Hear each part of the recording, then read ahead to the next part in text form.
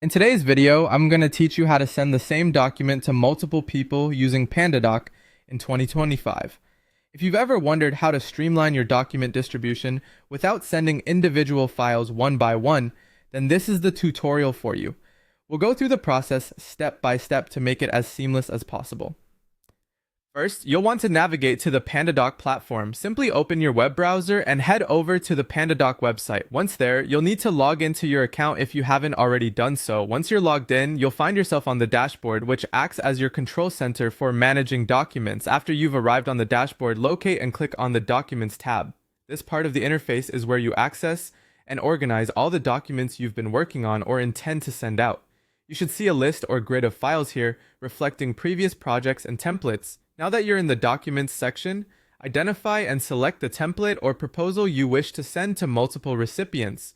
If you're dealing with a recurring type of document, it's a good idea to make use of templates as they save time and ensure consistency. In this case, look for the example labeled as Template Proposal X Maple on My Mortgage and click to open it. This will bring up the document in edit mode where you can make any last-minute changes if necessary.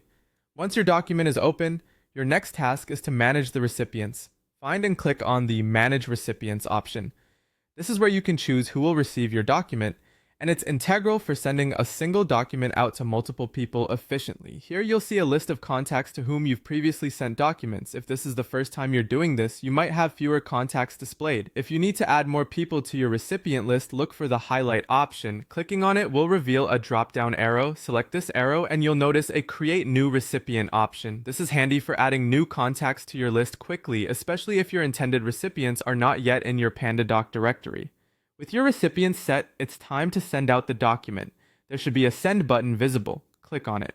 Afterward, you'll be prompted to choose between sending the document via email or text message, commonly referred to as SMS. Decide which method best suits your recipient's preferences and click the corresponding option. And there you have it. You've successfully sent the same document to multiple people using Pandadoc.